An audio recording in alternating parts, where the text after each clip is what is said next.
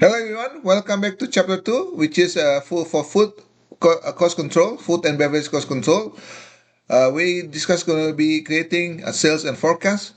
Okay, we are using the same book, which is John Wiley, copyright, food and beverage cost control. Okay, editions for the 7 editions by Dobsons. Okay, let's start it. Let's dive in. Importance of sales, forecasting sales and sales history. Maintaining sales history and sales variances and predicting future sales. These are the chapter outline and chapter 2, okay? Let's move on to the next one. The importance of forecasting sales. Forecasts of future sales are typically based on operation of sales history. For example, I'm selling consistently 100 samosa every day, so I need to produce 100 samosa every day, okay? At least. Sales forecast is predict the number of guests that will be served and revenue that will be generated in a given future time period. For example, I have a certain event, let's say Mississauga cultural event. In Mississauga, let's say I expected 5,000 people there. I'm going to sell about 1,000 samosa. So that's going to be my sales forecast. Okay. Forecasting future sales address the importance of operations question why is how many guests I will serve. So again, I mentioned to you Mississauga Kasaruga event. I expect, let's say, people that come in will be 10,000, but people that will come into to eat my product will be 1,000, let's say. What will they order? So this since there are a lot of food vendors, I expect at least 1,000 samosas. Okay. Advantage of accurate sales forecast, accurate revenue estimates, improve the ability to predict expenses, greater efficiency in scheduling needed workers, greater efficiency in scheduling item, production schedule, and better accuracy in purchasing and the correct amount of food for immediate use. So that is the advantage of all the accurate sales forecast. You need to have a accurate sales forecast. So these are the advantages, okay? And then improve ability to maintain proper level foods of inventory so they don't go waste, because remember is if it is too long it's going to be stale. Improve budgeting ability, have a lower selling price for gas because of increased operational efficiency, increased dollars available for current facility, maintain in future growth, increase profit level and stockholders values. That's the key part, okay? In terms of sales history is the systematic record of all sales achieved during predetermined reporting in accounting period. Sales history can be created to record revenue, cash served, or both. Okay? Sales to date is the cumulative total of sales reported in the unit. Sales history here, sales period, Monday, Tuesday, Wednesday, Thursday, Friday, Saturday, Sunday, all the way here, 851 all the way here. Okay, this is an example. Day 1, day 2, day 3, day 4, day 5, day 6, day 7. The week total 7,332. Daily sales fluctuate from 800 to 900 to 1,000, going down 900 to about 800 to going up again. The highest level will be Saturday. We expect people coming on Saturday, Sunday. The weekend is always higher because people usually take their family shopping for some food. Okay. An average or mean is defined as the value arrived by adding the quantity in a series and dividing the sum of quantity by number of items in the series. A fixed average is an average for a specific fixed time period. Rolling average is the average amount of sales or volume over a changing time period. Sales history, some operation records both revenue and guest count, then to compute the average sales per guest or check average. So you get the total sales divided by number of guests served equal to the average sales per guest. So this is the logic here, the sales history logic. Weighted average based on the number of guests served in different time period with how much they spent in those same time period. Example here, the weighted average sales per guest for 2 days is day 1 sales plus day 2 sales divided by day 1 guest plus day 2 guests. Excuse me.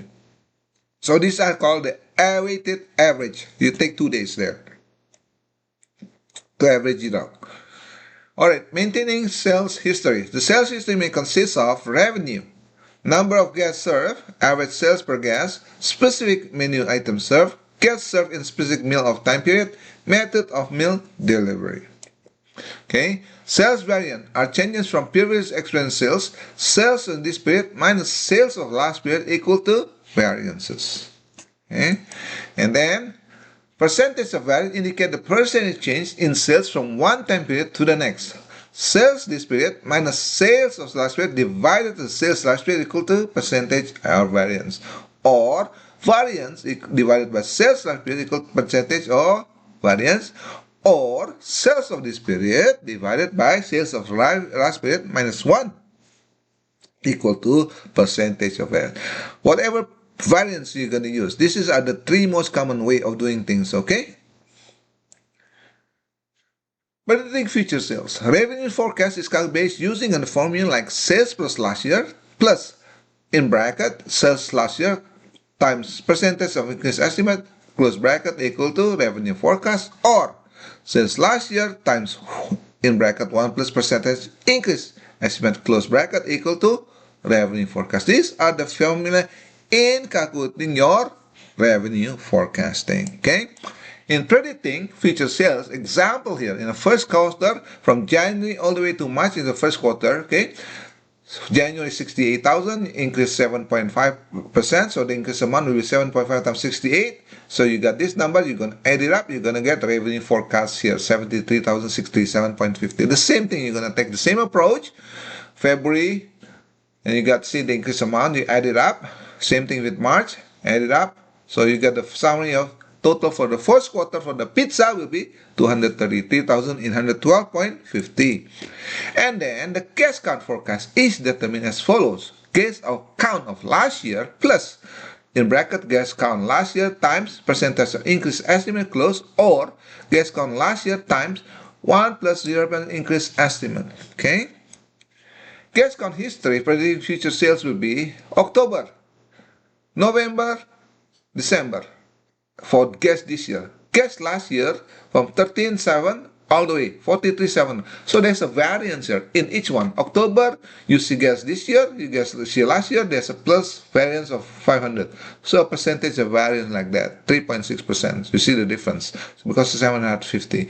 November, you got a 5.2 percentage. Basically, 750 is the variance number. December is and 16,900, guess last year is 15,500 plus 1,400, so 9.0%. In terms of quarter, there's an increase of variance of plus 2,650, which is 6.1%. Okay. And then predicting future sales is the same story. You're using an estimate, just increase it guess per count. Okay, you guys using guess last year count percentage estimate, guess increase estimate. These are the estimates being used in terms of guess forecasting. So, predicting future sales using the data taken from sales history, use the following form is utilized to forecast future sales per guess.